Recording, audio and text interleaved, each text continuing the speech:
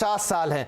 क्या अभी की सिचुएशन या आज की स्थिति उनमें सबसे ज्यादा ट्रिकी है, सबसे ज्यादा अनप्रेसिडेंटेड है, जिसमें आप कोई एक सर्टेनिटी कभी कायम नहीं कर पाएंगे?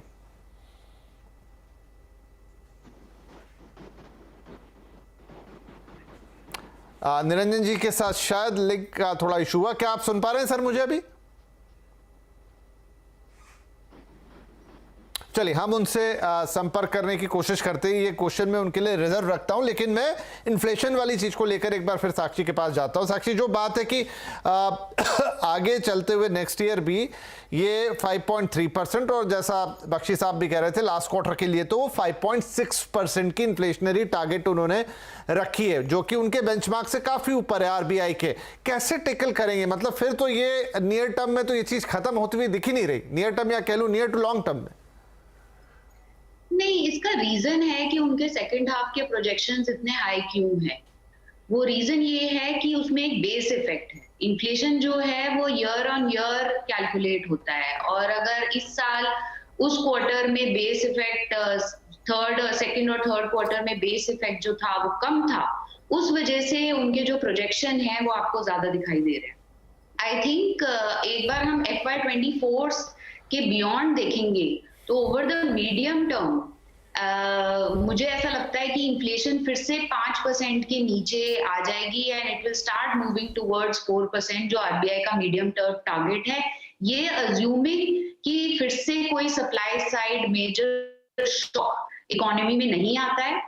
और इस चीज की वजह से, क्योंकि ये इन्फ्लेशन टारगेट जो आरबीआई का एक्चुअली मीडियम टारगेट है वो 4% है, और क्योंकि वो टारगेट वो इस साल भी प्रोजेक्ट नहीं कर रहे हैं कि वो अचीव कर पाएंगे, इसी कारण से मुझे ऐसा लगता है कि आरबीआई थोड़ा सा और शायद या तो रेट हाइक करेगी या फिर वो लिक्विडिटी पे थोड़ा टाइट रहेगी।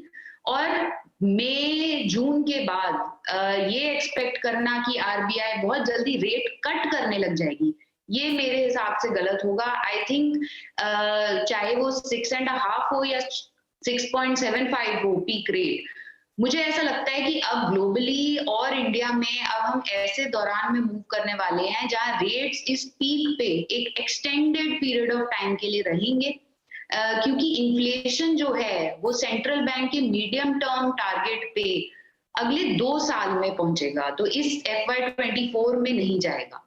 इसलिए मुझे ऐसा लगता है कि आरबीआई आज इतना ज्यादा कॉशियस था। वो ये नहीं शो करना चाहता था कि हम अभी पॉज कर रहे हैं रेट्स, क्योंकि उन्होंने बार बार ये चीज कही है कि हमारा ऑब्जेक्टिव ये है कि इन्फ्लेशन एक ड्यूरेबल बेसिस पे जो हमारा मीडियम टारगेट है जो कि है 4%, उस पे मूव करे। और जब तक वो नहीं होता तब तक ये एक्सपेक्ट करना कि रेट इससे कम होंगे और रेट साइकिल फिर FY24 के एंड तक टर्न करने लग जाएगी, मुझे लगता है कि वो इस समय पे ठीक नहीं। राइट। चलिए, तो ये तो था एक अर्थशास्त्री का नजरिया। अब मैं एक बिजनेसमैन का